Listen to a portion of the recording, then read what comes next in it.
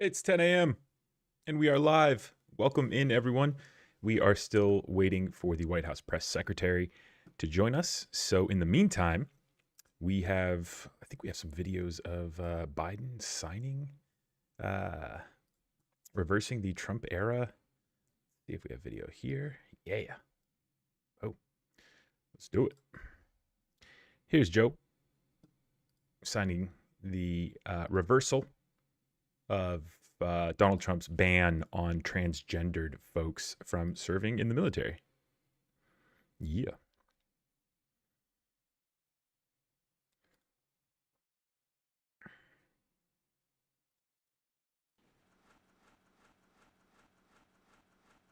Well, folks, thank you very much for being here. I'm about to sign an executive order, but I want to begin by Hey guys. thanking the Vice Welcome in, President everyone. for helping this, but also thank Chairman Lib, Melly, Bridget, ACP, Mindflayer. who has How are you been guys?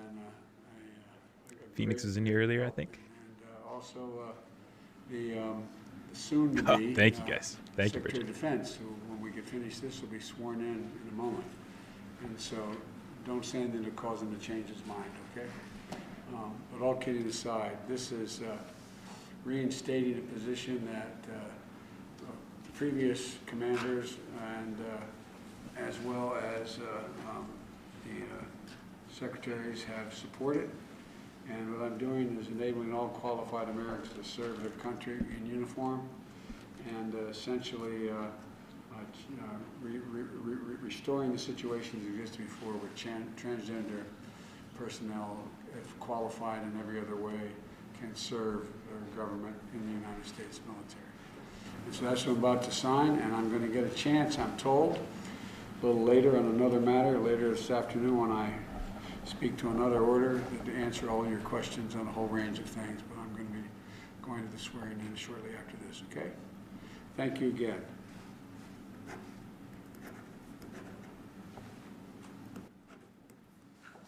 All right. Thank you. No, it's a long way to come, just for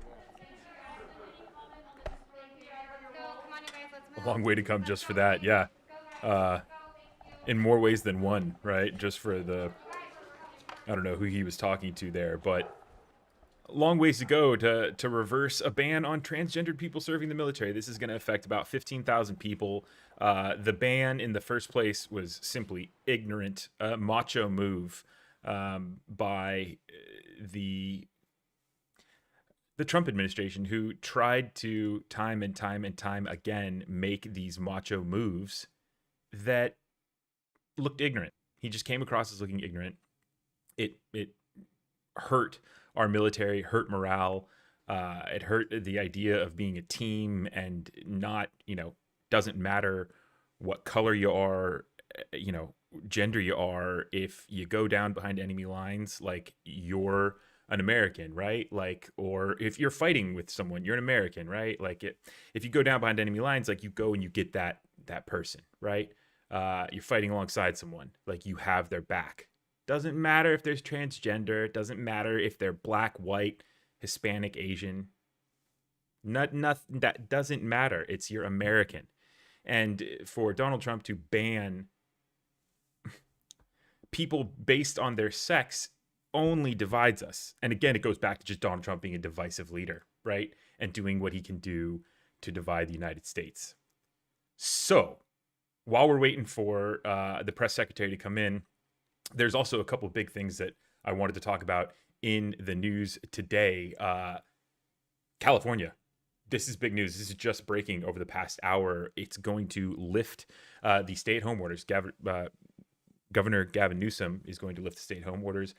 I'm really excited because I am here in California, and it's been pretty tough for restaurant owners and hair and salon owners and small business owners. So this is good news.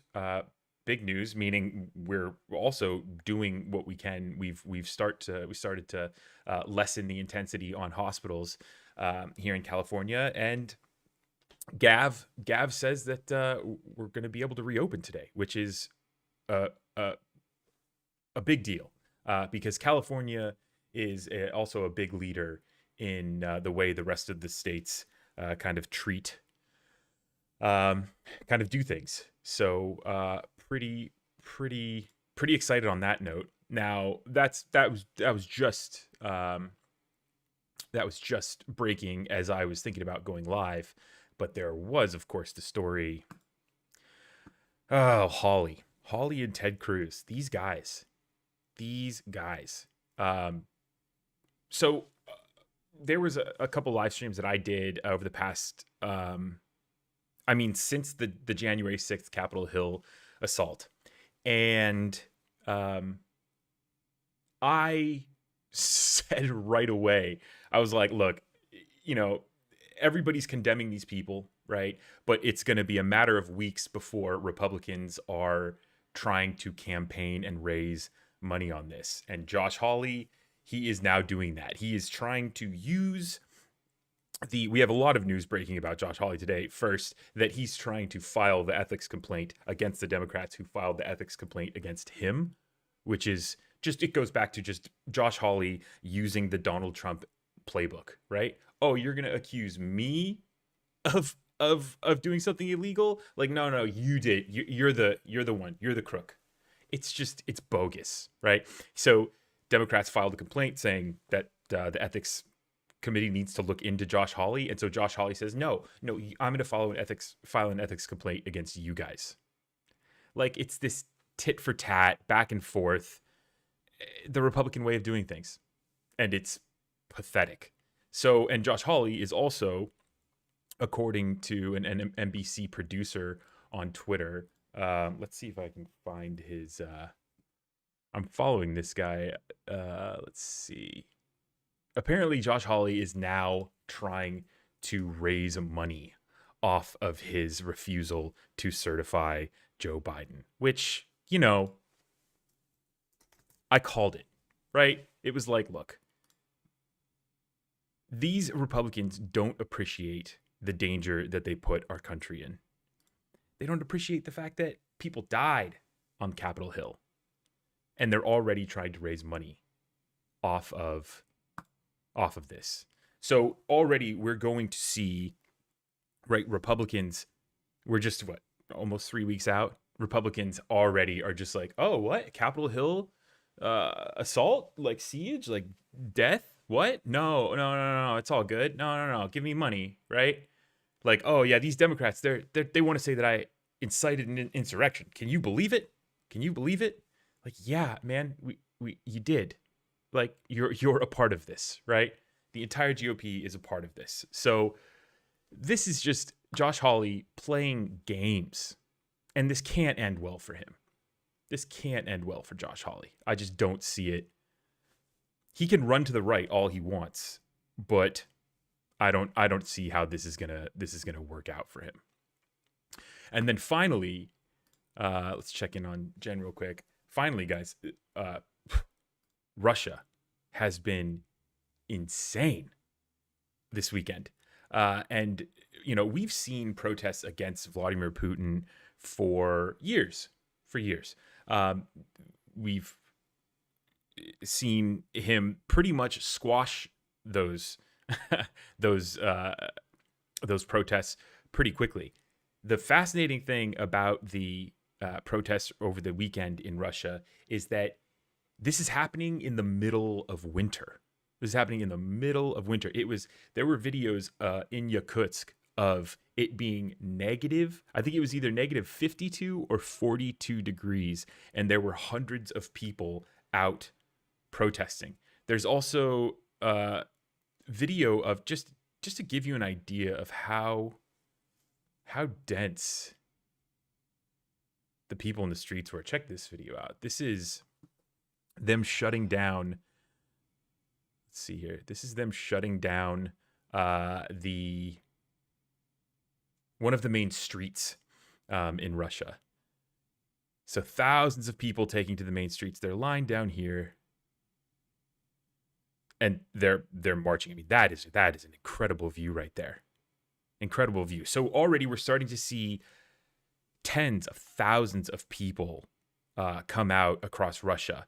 Then we're starting to see them pushing back and get very, physical, and that typically does not happen in Russia. That typically does not happen in Russia. So here is just chaos breaking out in the streets with people attacking police officers. Again, the feeling in Russia is you don't mess with police, right? Like you disappear. And the fact that people are starting to fight and push back, this is a bad sign. This is a very bad sign for Vladimir Putin. Good sign for the rest of the world and peace and honestly world peace, because Vladimir Putin is such a terrible global actor. But this is intense, guys. This is really, really intense, and so this is going to be fascinating to watch. This is another scene of one man taking on police officers in Russia. Again, something we just don't see very often. The Russian people are getting tired. It's really hard though to affect change in Russia, right? Because government's not going to do anything. They'll kill you. They'll try to poison you, like they did. All these. If you're not familiar with these protests in Russia, this is because Alexei Navalny was poisoned by Vladimir Putin. Went to, I believe it was Germany for treatment because the Russians were essentially going to let him die. Navalny flew back to Russia and then was arrested earlier in the week. His wife was also arrested. And in the meantime, they've released stories about Vladimir Putin's love children, or a love child that he has, his sprawling mansions with stripper poles and just all sorts of gaudy, like furnishings in this place. When the majority of Russians are poor. Like, let's just be clear about that. Majority of Russian people are poor. Like, that economy is not a very strong economy.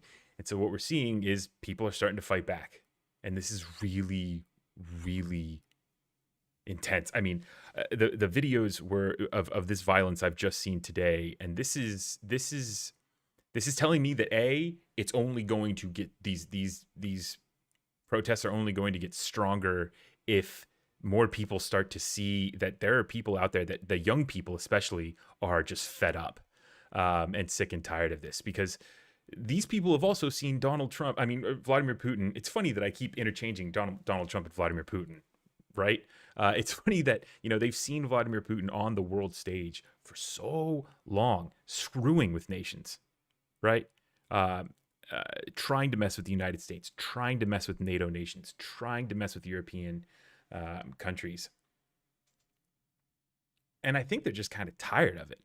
Now, Russia's actions on the world stage, I don't think led to this. This is mostly Alexei Navalny and his arrest. I think young Russians see that a lot of themselves in Alexei Navalny because he's good on social media. He puts himself out there. He's not afraid to be out there, and they're responding to his arrest because they think that that the Russians would kill him.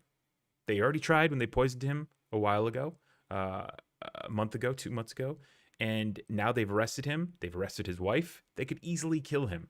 And Russians are sitting here going, I don't want to just sit here and not do anything about this. So Russians, this is a remarkable time in Russia.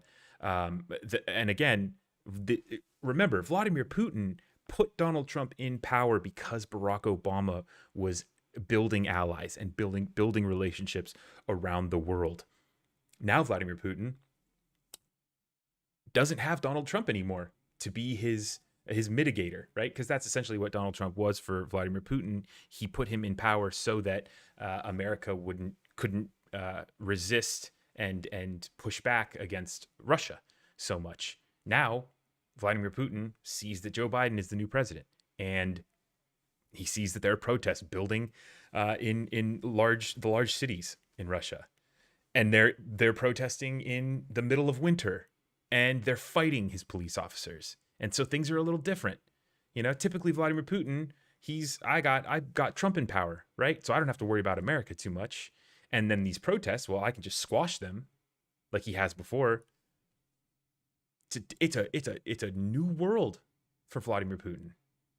Imagine being him and looking out and like, damn it, Donald, where is my Donald? And all these people are fighting my police officers. This is not good. So I'm afraid, I hope that, Donald Trump, or Jesus Christ, Vladimir Putin doesn't do anything crazy. All right, Jen is taking the stand. Vladimir Putin, don't do anything crazy, man. You know what I mean? Because you're crazy.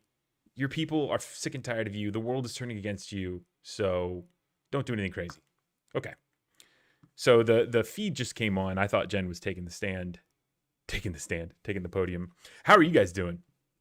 Thank you all for coming in and hanging out. Elaine, take care. I think I saw that you were out. Yeah. Man, it was, so I'm here in California where it was pouring down rain all of last night. Kind of nice because it's a bit different than it just being sunny here right now. Yeah, so I had on Twitter, Bridget. That was what I was looking through earlier here with these videos.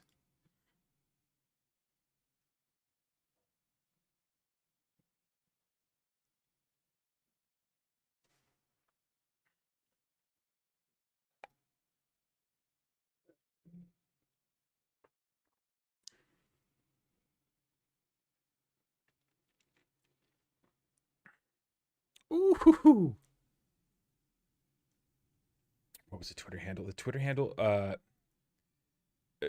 of Bridget of the Clash is still worried. Is that I can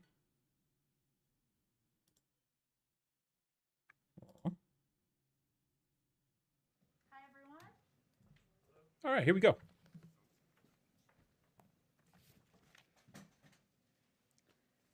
Good afternoon. Happy Monday to everyone. A couple of announcements at the top.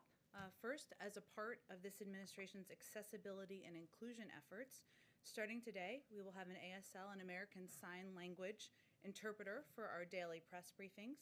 Today's interpreter, Heather, is joining us virtually. The President is committed to building an America that is more inclusive, more just, and more accessible for every American, including Americans with disabilities and their families. Got you guys. Next, I wanted to share a few updates from the COVID response team. It's going to get loud. First, today, the President will sign a presidential proclamation to reduce the spread of COVID-19 through travel, especially as we see faster spreading variants emerging across the world.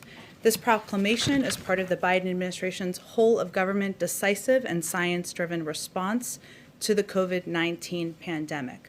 Of particular note, on advice of our administration's medical and COVID team, President Biden has decided to maintain the restrictions previously in place for the European Schengen area, the United Kingdom, Republic of Ireland, and Brazil. With the pandemic worsening and more contagious variants spreading, this isn't the time to be lifting restrictions on international travel. And in light of the contagious variant, B1351, South Africa has been added to the restricted list. Additionally, beginning tomorrow, international travelers to the United States must provide proof of a negative test within 3 days of travel to airlines prior to departure. The President is taking these steps on the advice of his COVID-19 and medical team. And we're already working as a real partner to the states to address their needs to vaccinate the public. This weekend, West Virginia asked the Biden administration for assistance at an understaffed vaccine distribution center. At the President's direction, FEMA was deployed to help support the vaccination site. This comes as part of the President's order last week that directs FEMA to stand up vaccination centers and support states' vaccination efforts. We look forward to continuing to be the partner to states moving forward. Last on the COVID, last update on COVID, I wanted to briefly preview the first of our public health briefings, which will begin this Wednesday and will be done regularly for the foreseeable future. These will be science-led briefings featuring our public health officials and members of our COVID-19 response team. These briefings will typically happen 3 times a week to provide the American people with key updates on the virus and our government's response. They're a reflection of our commitment to being transparent and honest with the public about the pandemic and the work our whole of government team is doing every day, and you will all be able to participate in those, of course, as well. Finally, this morning, President Biden issued an executive order setting the policy that all Americans who are qualified to serve in the armed forces of the United States should be able to serve. Today's action revokes the presidential memorandum of March 2013-2018 and also confirms the revocation of the presidential memorandum of August 25th of 2017. Today's action fulfills another campaign promise. With this EO, no one will be separated or discharged from the military or denied reenlistment on the basis of gender identity.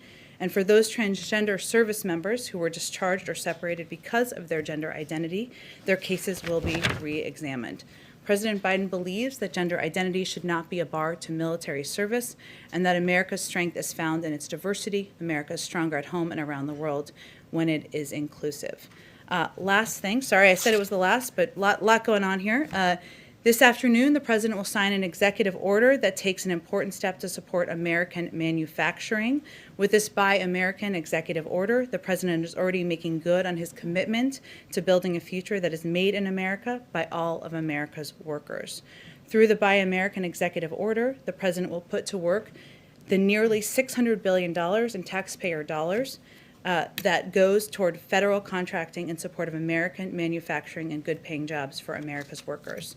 The EO directs agencies to close loopholes in how Made in America products are measured so that we can close loopholes and increase the amount of a product that must be made in the U.S. for it to qualify under Buy American law. He will also appoint a senior White House official to oversee this policy to ensure it's actually enforced and that all agencies are seeking small and medium-sized American businesses to make the products they need. The EO will also tighten and make public the waiver process so that American workers and manufacturers can see how federal dollars are spent and where they're going. So I will stop there, and Jonathan, why don't you kick us off? Thank you, Jen. We know you have to leave at 2 o'clock, so we'll just get started right now. 2 topics for you, please. One foreign and one domestic. Sure. Overseas first. Over the weekend, there were dozens of significant protests in Russian cities over the arrest of Alexei Navalny, which were put down harshly by police there. What sort of U.S. response is being considered? What sort of actions or sanctions could occur? And when does the president plan to speak to President Putin? First, I'd like to point all of you to a statement that was released this weekend by the State Department strongly condemning the use of harsh tactics against protesters and journalists in cities throughout Russia. These continued efforts to suppress Russians' rights to peacefully protest and assemble and their freedom of expression, and the arrest of opposition figure Alexei Navalny, and the crackdown on protests that followed are troubling indications of further restrictions on Russian civil society. So I'll just reiterate our call from here on Russian authorities to release all those detained for exercising their universal rights and for the immediate and unconditional release of Alexei Navalny. We also urge Russia to fully cooperate with the international community's investigation into the poisoning of Alexei Navalny and credibly explain the use of a chemical weapon on its soil. And last week we announced that the president had issued a tasking to the intelligence community for its full assessment of a range of activities, including, of course, the SolarWinds cyber breach, Russian interference in the 2020 election, its use of chemical weapons against Alexei Navalny, and the alleged bounties on U.S. soldiers in Afghanistan. That is ongoing. That review is a 100-day review, so we'll have an update on that when it concludes. Actually, I apologize. I may have misstated that. It's not. I don't have a timeline for the timeline of the review. It's something that's ongoing. It's a priority, of course. Has a call been scheduled with President Putin? I don't have any calls to predict for you at this point, but obviously the president is picking up the phone, engaging with a range of foreign leaders, Europeans and others. There's more planned in the next couple of days, and we'll have readouts as those occur. Okay, that meeting, when it does happen, is going to be fascinating. So let's just compare and contrast real quick the murder of Jamal Khashoggi and Alexei Navalny being poisoned. Khashoggi gets murdered. Donald Trump, his administration, Joe Biden, Alexei Navalny gets poisoned, protests in Russia, he gets detained. They come out and they say, what? release them, release Navalny, explain your poisoning of him, explain your solar winds, explain the bounties, right? The solar winds is that huge, massive hack. Explain the bounties that you put on our soldiers, right? Again, just what I said, right? Going back to Russia and it's protesting and you're Vladimir Putin and you're looking around going, oh, the United States is no longer my little lapdog anymore with Donald Trump. Now they're pushing back against me. So big. I want to hear at home. Big The move. president has repeatedly stressed the urgency of the COVID relief package, the need to get something done now. With that in mind, in considering the reaction of Republican lawmakers to outreach that was done over the weekend, should there be a more narrow focus on the virus and vaccine that could be done sooner? And while we know that these White House officials have talked to the Hill, can you please speak to the president's personal involvement? Who has he spoken to? The president has been personally engaging with Democrats and Republicans. We're not going to read out all those calls for you because those are private conversations, and we feel that's the most effective way to get this package moving forward. As you know, there was a call that occurred yesterday that we did a brief readout on from that call, part of our ongoing engagement to talk with Democrats and Republicans. And I'll convey that this is how, in the president's view, and we talked about this morning, this process should work. He puts his policy forward, his vision forward, and then Democrats and Republicans can engage and give their input and feedback on what they think is going to work and how to move this package forward. So in our view, this is working exactly as it should work. But in terms of is there concern, Democrats themselves, Senator Sanders, has an independent, of course, and Speaker Pelosi has suggested the reconciliation should be considered now. The time is wasting. There isn't time for this sort of legislative back and forth. Well, the president himself has conveyed the urgency of moving this package forward, and that's certainly something he has also conveyed privately to Democrats and Republicans. And it's not just him. There's urgency to the American people for this package to move forward because we are going to hit a cliff, an unemployment insurance cliff, I should say, in March, where millions of people won't be able to have access to unemployment insurance. We're going to hit a point where we won't have enough funding for vaccine distribution. Nobody wants to have the conversation, no member of Congress, in May or June when we don't have the funding to put back to reopen schools, I should say. So there's an urgency he's conveyed. I will say, as it relates to reconciliation, just to take a step back, everybody watching is not as in the weeds on the Senate process as all of you, so let me just take a moment to explain.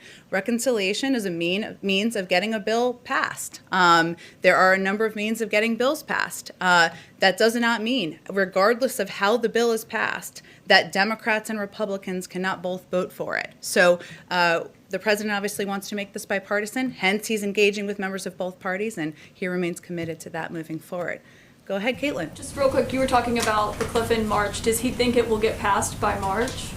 Well, there's an urgency to moving it forward, and he certainly believes there needs to be progress in the next couple of weeks. So he thinks by March it could get passed? Well, I don't want to give it a deadline on it, Caitlin, but I think we are all mindful and looking at that timeline in March as to when we will hit the unemployment cliff, and it's vital to get things done quickly and rapidly, as quickly as possible. So you said last week he wants it to be bipartisan. Of course, we've already seen the Republicans pushing back on the price tag, the $15 minimum wage, and who is qualifying for these stimulus checks. So is he willing to come down on any of that? Well, I'm not going to negotiate from here. Not that you're expecting me necessarily to do that. But again, the president feels this is working as it should. He proposed his package. He's getting feedback. We're having conversations. We don't expect the final bill to look exactly the same as the first bill he proposed. I will remind you, though, that the bipartisan package that passed in December had the same thresholds for the checks. $150,000, about approximately that amount for families, about $75,000 for individuals in terms of who would have access to those checks. And each component of this package is vital to get us through this period of time. So that's how the president looks at the package, that each of them are essential, not just vaccine distribution money, but funding to ensure that people can make sure they're putting food on the table, that their kids are eating, that they have the bridge needed to get to the other side of the pandemic. Okay, and then just quickly, yesterday the CDC director said she could not say how much vaccine there was left to go out. I know it's complicated what's being shipped and distributed and actually injected, but is there at least a ballpark amount that officials are aware of how much vaccine there is? Well, our team is working right now. We've been here for 5 days to evaluate the supply so that we can release the maximum amount while also ensuring that everyone can get the second dose on the FDA recommended schedule. So the confusion around this issue, which we acknowledge there is some confusion, is speaks to a larger problem, which is what we're inheriting from the prior administration, which is much worse than we could have imagined. So we are assessing now what we have access to and ensuring that we have more of a rapid engagement with states so that they have more of a heads up on what to expect in the weeks ahead. But just to button this off, Gus Perna still works here, right? And he's in charge of the logistics. So could he say how much vaccine there is since they're in charge of where it's going? Well, again, there is a new CDC director in charge, hence who spoke to this. And I think what we're trying to do now is fully assess what we have access to, what the status of the vaccine supply looks like, and ensure that we're communicating that accurately and effectively with the public. Go ahead. Thanks, Jen. Acknowledging the confusion around the lack of clarity about the vaccine availability, give us a sense of just how stunning that revelation is. I mean, what was President Biden's reaction to learning that? Well, I will say, having sat in a lot of meetings with President Biden about COVID and his efforts to get the pandemic under control, he asked a lot of detailed questions about the status of supply, the status of distribution, the status of states when there's reporting from all of you on states not having the information they need. Those are specific issues he raises. We are eyes wide open, all of us, including the president, with the knowledge that we were not walking into a circumstance where there was going to be a concrete assessment or plan presented to us when we walked in, and there wasn't. That's why he put forward his 200-page vaccine distribution plan last week, and that's why he hired an experienced and talented team to get to the bottom of exactly what we're looking at so that we can have that assessment moving forward. When does the administration expect to have a better sense of the available inventory? Well, as I noted at the top, we're going to be doing regular briefings 3 times a week. We'll start those on Wednesday. I don't know what assessment they'll have by Wednesday, but what our objective is to be providing clear and accurate information to the public. And what's the White House's message to Democrats, to President Biden's supporters who take him at his word and say, as it relates to COVID relief, we are in a national emergency and we should act like it. And they want action now. They don't want any sort of delay, and they don't want to experience the opportunity costs that might come from a delay in waiting for Republicans to get on board. You mean with the COVID package? Yeah. Well, he agrees. He doesn't want there to be delay either. And I would note that 70% of the public agrees with what you just said, according to the Ipsos poll this weekend, that the components of this package, the funding for vaccine distribution, but also funding to ensure people can apply for unemployment insurance, put food on the table, money to reopen schools, the public supports that. And we anticipate that the public will be conveying to the leaders who are elected to represent them exactly that. Go ahead. Can I just ask you to clarify the travel requirement, the testing requirement? That applies to all people boarding planes into the U.S., including U.S. citizens? Anyone getting on a plane needs a test? From negative. overseas? From overseas into the U.S.? Yes. Citizenship? Yes. Okay, great. I also want to ask a couple of things that the Trump administration did in the final stages, and I'm wondering whether you folks are going to intervene. One is that they issued a license to an Israeli billionaire named Dan Gertler to allow him to access U.S. financial system. That license is in place through the end of January 2022. Will the Biden administration intervene at all, or does that stand? Another one is that he began the delisting, or issued an executive order that triggered the delisting of several Chinese companies, in particular 3 telecoms, have sought a review of that. Do you plan on tweaking or rescinding that order? In other words, stopping the delisting process for these 3 Chinese telecoms?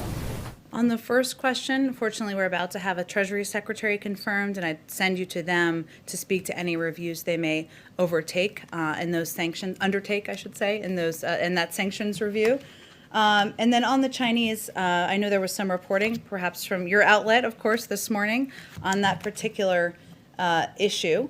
As we've noted in here previously, there are a number of reviews, complex reviews, interagency reviews, I should say, that we're going to undertake as it relates to a range of our.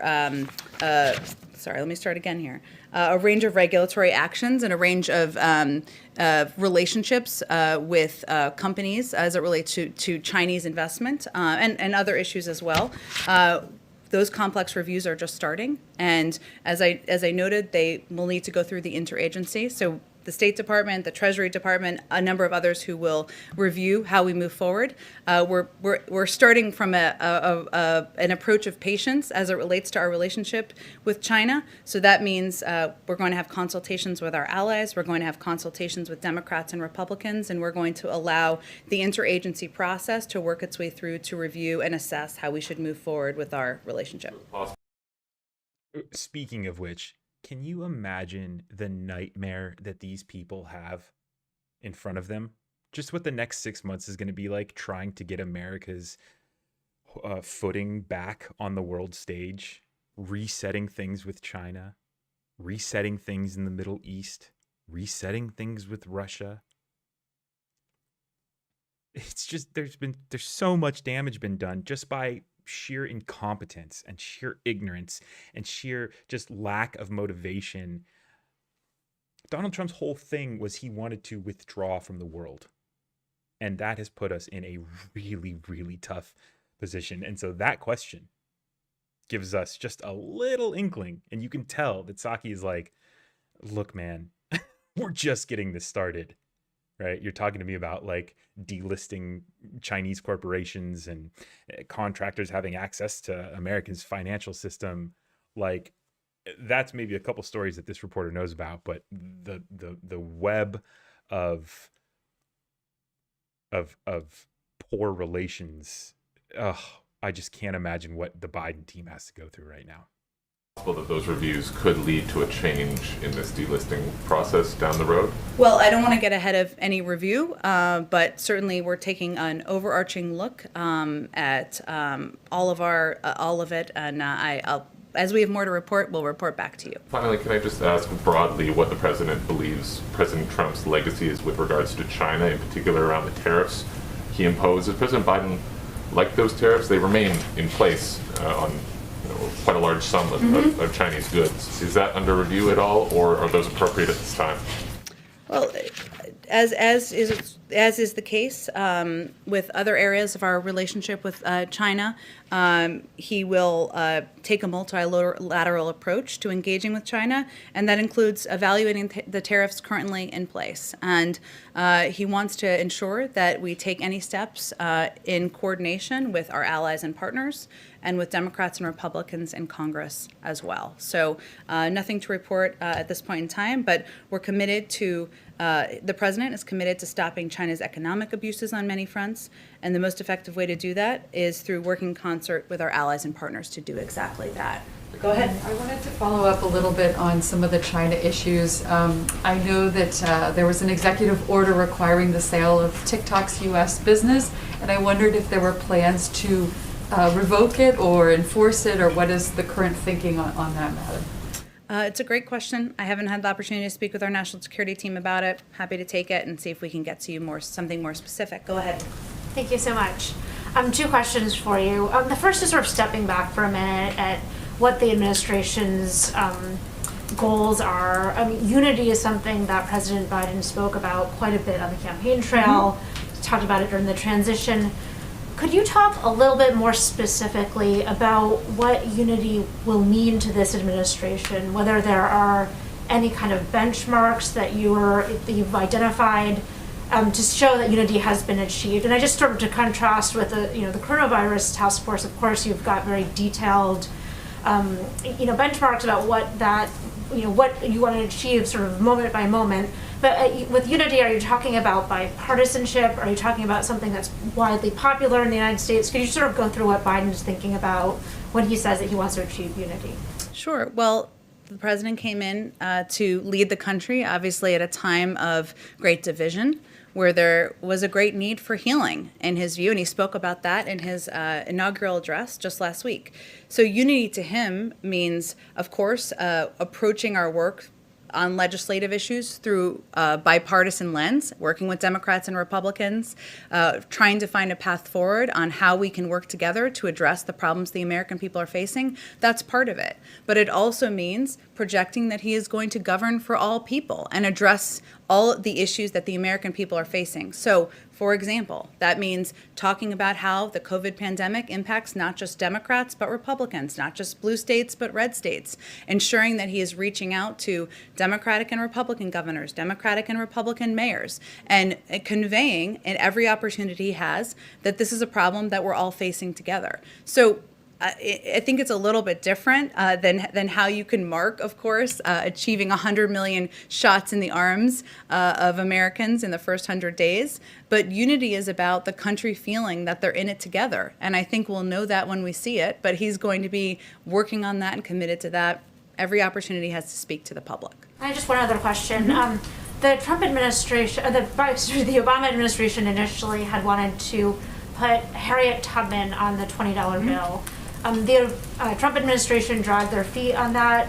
I wanted to see if the Biden administration has a sort of view of the timeline on whether or not she should be on the paper currency.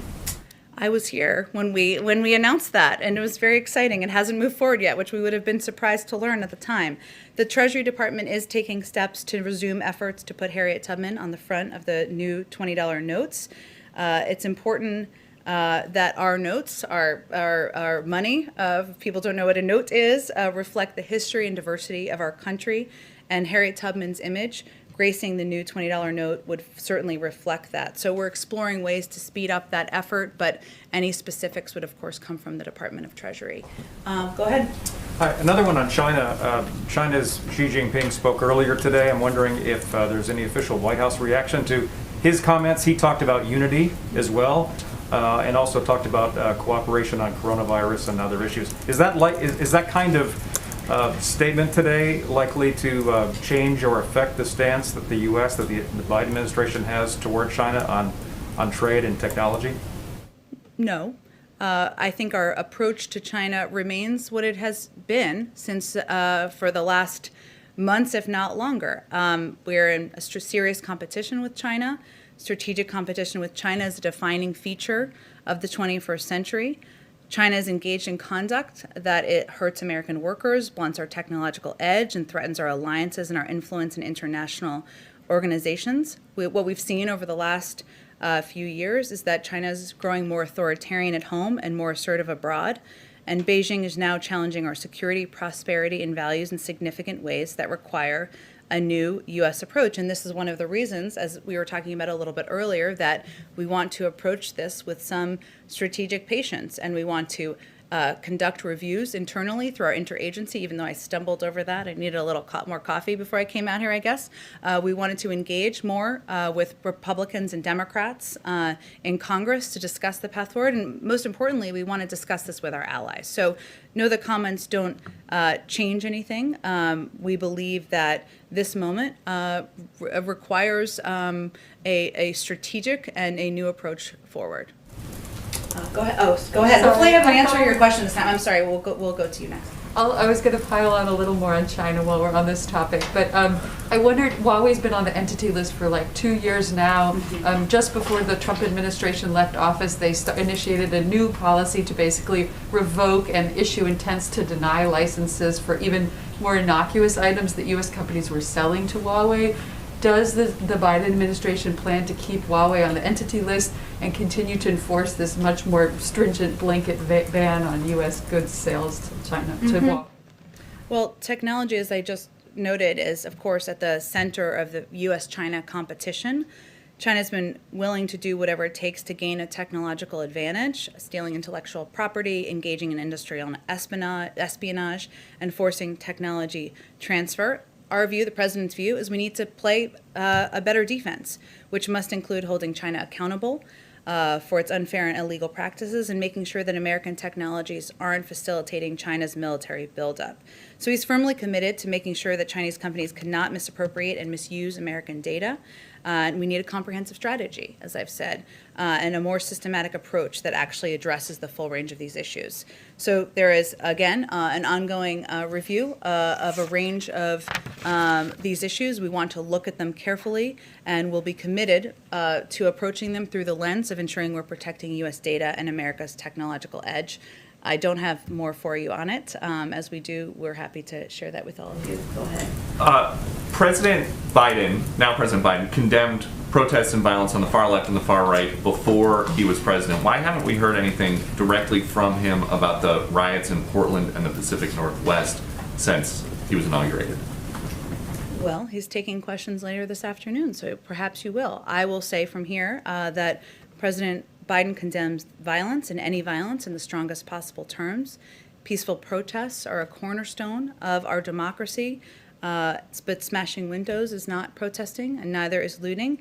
And actions like these are totally unacceptable, and anyone who committed a crime should be prosecuted to the fullest extent. Our team is, of course, monitoring it very closely. And as he pushes for federal help to businesses affected by COVID, should we expect to see any kind of federal assistance for these businesses up there that are affected by COVID and riots? Well, again, I think you know because we've had this conversation in here already a few times since I joined the team, that his focus is on getting the American people through this period of time and pushing forward on a relief package that will get them the assistance they need as it relates to the pandemic and the impact of the pandemic. So I don't have anything more for you on that. And just one more about the announcement you made off the top about the travel restrictions. Mm-hmm. When President Trump was imposing travel restrictions in March, specifically on China, then candidate Biden called it xenophobic and fear-mongering. So now President Biden is putting travel restrictions on people coming in from other countries. What word do we use to describe that? Well, I don't think that's quite a fair articulation. The president has been clear that he felt the Muslim ban was xenophobic. He overturned the Muslim ban. He also, though, has supported, and he himself, even before, or we did, I should say, even before he was inaugurated, steps, travel restrictions in order to keep the American people safe, to ensure that we are getting the pandemic under control. That's been part of his policy. But he was critical of the former president for having a policy that was not more comprehensive than travel restrictions. And he conveyed at the time, and more recently, the importance of having a multifaceted approach: mask wearing, vaccine distribution, funding in order to get 100 million shots in the arms of Americans in the first 100 days, not just travel restrictions. Go ahead in the back. Yes, two questions, one domestic, one foreign, please. The first is that Bill Pascrell, a congressman from New Jersey, just about an hour ago suggested firing the entire postal board. A letter to the president to that effect. Is there any plans to make changes, given what happened at the post office over the last couple of years, to try and remove the postmaster general? It's an interesting question. We all love the mailman and mailwoman. I don't have anything for you on it. I'm happy to check with our team on it and see if we have any specifics. I'm not aware of anything, but we'll circle back with you. And on the foreign policy question, it's my understanding that the previous administration did not release the War Powers Act resolution report before they left office. Is there any plans for? I know there's a new Secretary of Defense as of a few, well, I guess Friday, but technically ceremonially Friday. Today. Yes, exactly. Is there any plan to either release the Trump administration letter on the troop levels in various countries overseas, or to update that more quickly than might be required by the statute? It's an excellent question. I would send you to the Department of Defense and my old friend John Kirby, who I'm sure would be happy to answer your question. Go ahead in the back with the excellent mask on. I can't even tell what's on it. Flamingos. Flamingos. All right, we're getting creative with masks. I like it. After 1 year. So just back to Russia, given the many unsolved deaths over the years of President Putin's opponents, or near deaths in the case of Navalny, would President Biden be holding President Putin personally accountable for the continued health of Navalny while he's in prison? And just one other thing, which is, different but related. That's a good question. What's the position of this administration on Paul Whelan? Because his family and some of his supporters said basically the previous administration just, forgot about it. What's going on with Paul Whelan? What's your position? Thank you. Well, let me take the second question and talk to our national security team and get you something more comprehensive. And certainly we don't pattern of the last administration. But on the first question, I would say this is the reason why the president tasked his national security team, his intelligence team, with assessing a range of issues as it relates to our relationship with Russia, including the SolarWinds breach, including the poisoning of Alexei Navalny, which we have been quite outspoken about from our national security advisor to the State Department, will continue to be. We want to see that review conclude, but as has always been the case, the president reserves the right to respond in the time and manner of his choosing. And I'm not going to take options off the table from here. Go ahead. Hi, I'm the print pooler today, so if possible, can I ask a question also on behalf of one of my colleagues who couldn't be here? Sure, for the social distancing. Okay, so I'll start with my question. New York City Mayor Bill de Blasio announced today that the city is delaying the opening of large COVID-19 vaccination sites at Yankee Stadium, at Citi Field. Governor Cuomo has said the state has the capacity to vaccinate up to 100,000 folks a day if there was supply. As the administration is, analyzing and reconfiguring its distribution plan, how heavily is infrastructure being weighed? In other words, does New York get first dibs because it has the capacity to do this right away? And then the second question would be on the same COVID note. There are seniors who don't have access to websites, don't have folks vouching for them.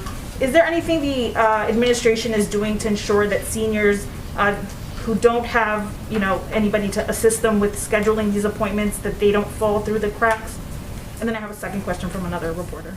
Sure. So on the first question, this is a really important one. Infrastructure is pivotal. It's not just about the science. Scientists, medical experts, what they've done over the last year in moving this vaccine forward has been a Herculean effort. But now it is about ensuring that there are more vaccinators and there are more places to actually distribute the vaccine. And clearly, case scenarios where there are large facilities, whether they're football fields or others, to do that can be quite efficient. There are other places around the country where we are seeing developments along those fronts, and we're certainly encouraging that. But this is a multifaceted challenge. It's not just about having supply, which is pivotal, of course. It's also about having more people who can physically put the shots into the arms of Americans, and it's about ensuring we have places that can be done. I don't have anything for you on the prioritization. That's something, of course, that our team is working through, and we want to ensure that we are working closely with governors across the country to effectively do that. Tell me your second question again. I know you have one after this. The second part to that question was just, will there be any federal assistance to support states in reaching out to seniors who may not have access to internet or even phone to schedule these appointments? That's been a complaint that's emerged a lot.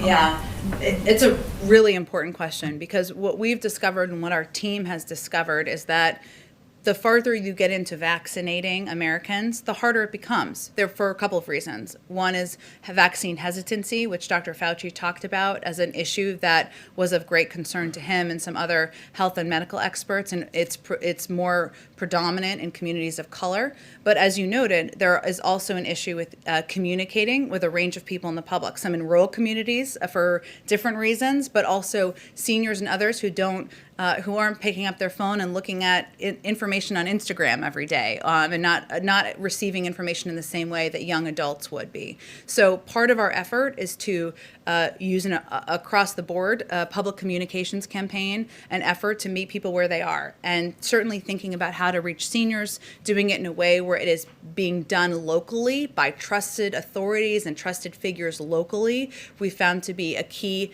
effective approach to that, but we will continue to be working on that, and is definitely one of the challenges that we're facing.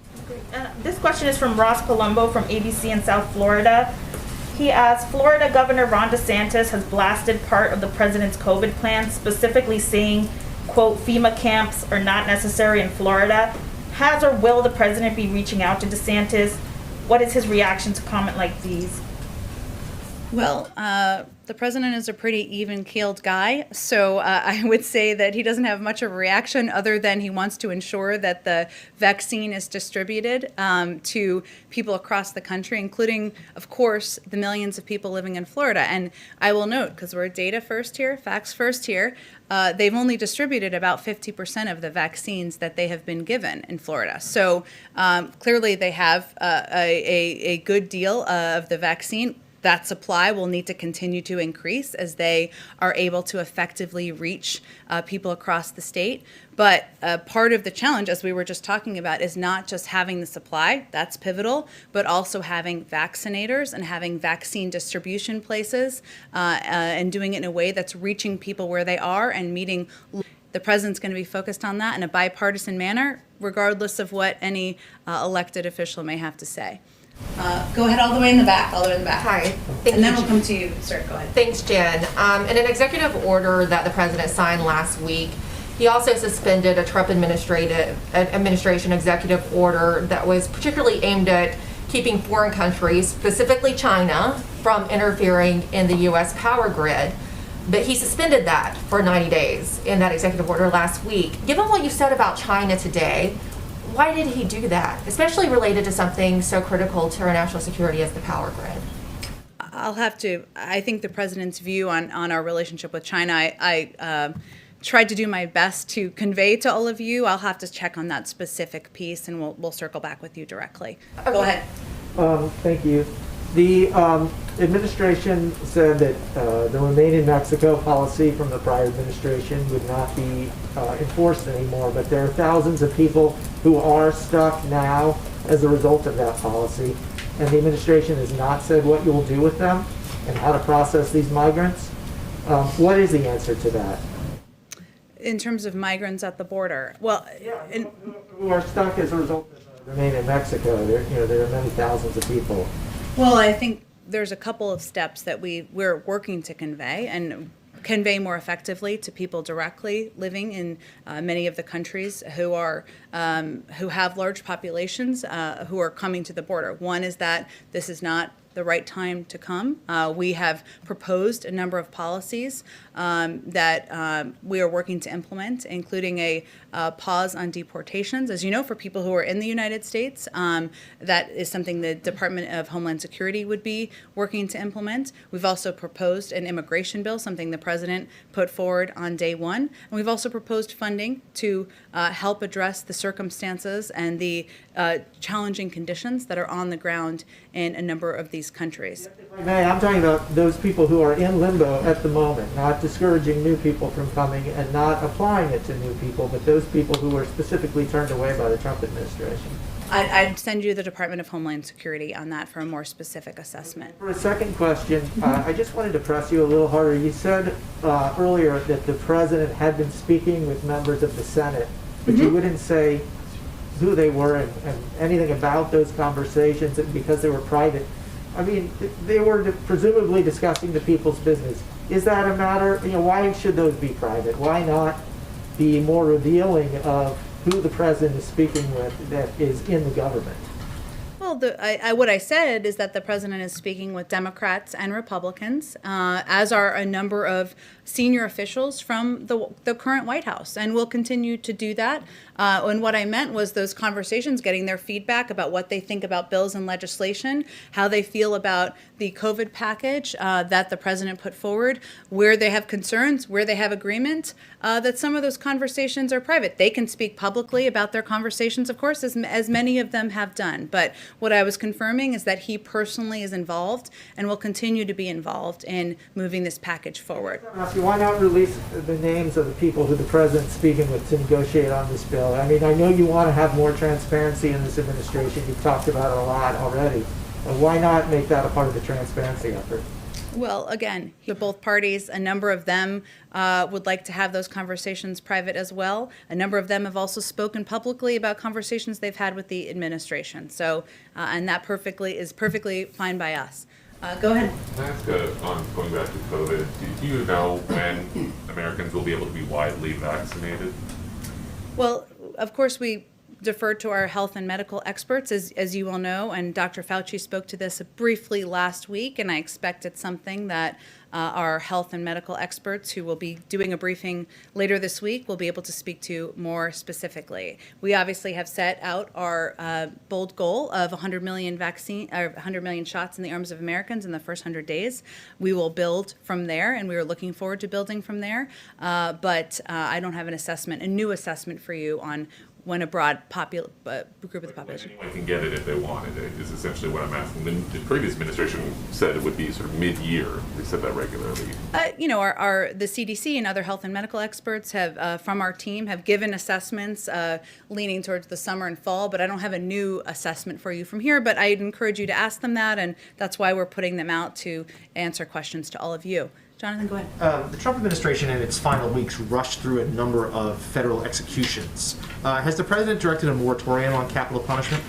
And does he plan to? The president's position on the death penalty, I think you're probably familiar with. Others may not be. He's opposed to the death penalty. I don't have anything to preview for you in terms of what steps he may take. Go ahead, Caitlin. You said that these coronavirus briefings are going to start. President Trump did not attend a lot of some of the coronavirus briefings at the end. He did not attend a lot of the coronavirus task force briefings. Is President Biden going to attend those task force meetings within the group that's working on this? He will be briefed regularly, I suspect far more regularly than the past president was briefed on COVID and the developments and progress the team is making. Across the bow. I wouldn't expect he attends every task force meeting, no, but he expects and requests regular briefings from the team, and I expect he'll get them.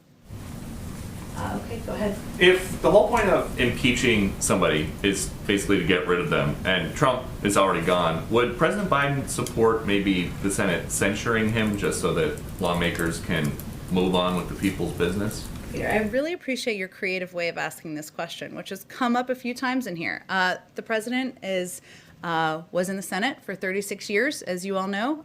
He is no longer in the Senate, and he will leave it up to members of the Senate, Democrats and Republicans, to determine how they will hold the former president accountable. All right, thank you, Jen. Last one, good. Oh, last one. Go ahead. I'm sorry. I just wanted to ask really briefly on Afghanistan, if you guys foresee further troop reductions there, and what kind of numbers would we be talking about? It's an excellent question. We're on day 5, so I don't have anything new for you on specifically I'm hoping to get Jake Sullivan out to the briefing, answer a lot of your questions on a range of issues. Thank you, Jen. Thank you, everyone. Thanks, Jen. Jen, you haven't thanked my... All right, one more. I'm sorry about that. We don't want you to leave you hanging. Sorry, You've been very patient in the back. Yeah, represent for the foreign press group. I course. have two foreign policy issue, one on China and one on the UK. Okay. On China, you just mentioned about competition, and President Biden's Asia czar, Kurt Campbell, says he hopes for a stable competition. Is that what the White House is looking for? And you just mentioned about this comprehensive strategy. When can we expect of that? I appreciate all of those questions. I don't have any preview for you on when we will have more specifics on our strategy. I've tried to convey the president's overarching approach. But again, this is a relationship that we are going to be communicating with and working with partners and allies on.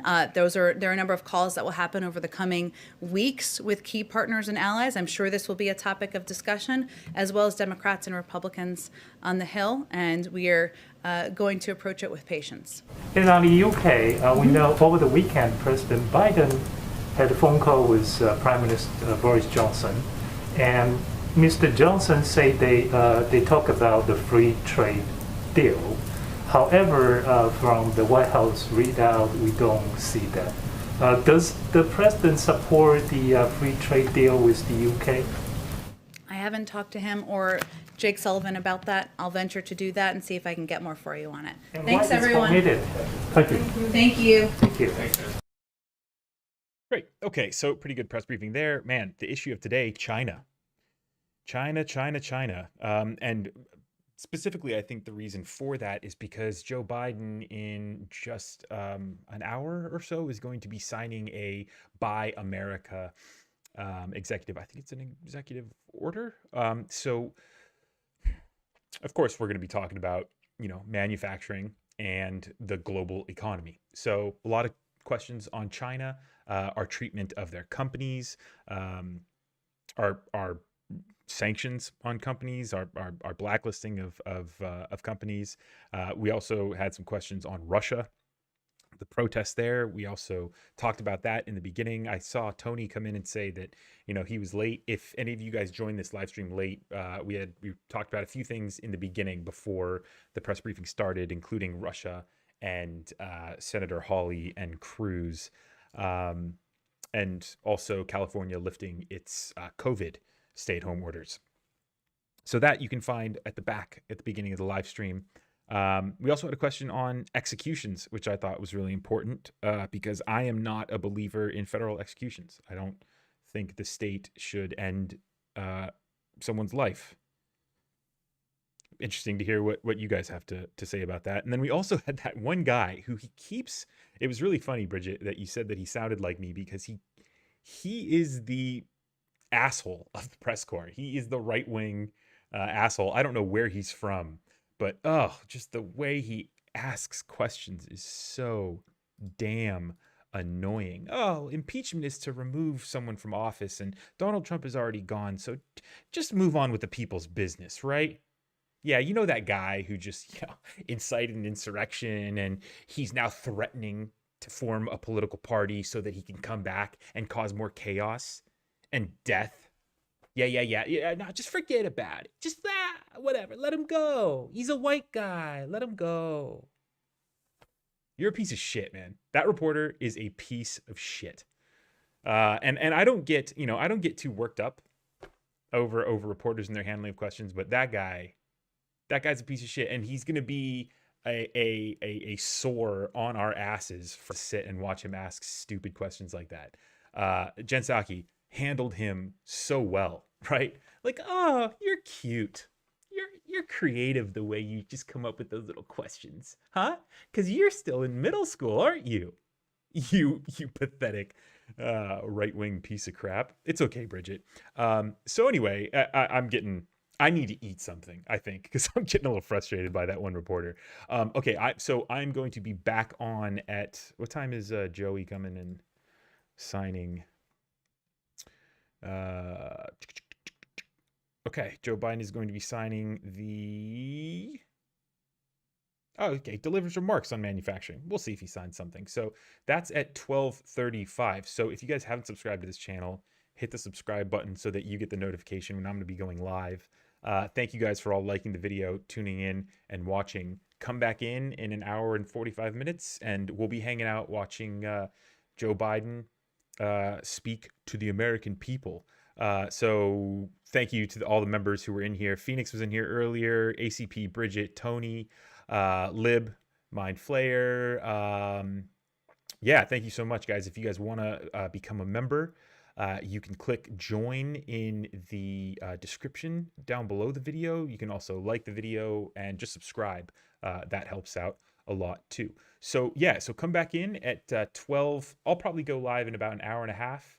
And so we can start talking and getting ready for, and then we'll be going live then. So check back in, and thank you guys for all your comments. I had a lot of fun watching you guys debate, watching my admins simply handle people who are trying to come in here and tell us that masks aren't scientifically proven to slow the spread. That was fun watching my admins handle that conversation. So, an hour and a half, hour and 45. We'll see. Stay safe until then, my fellow reflectors.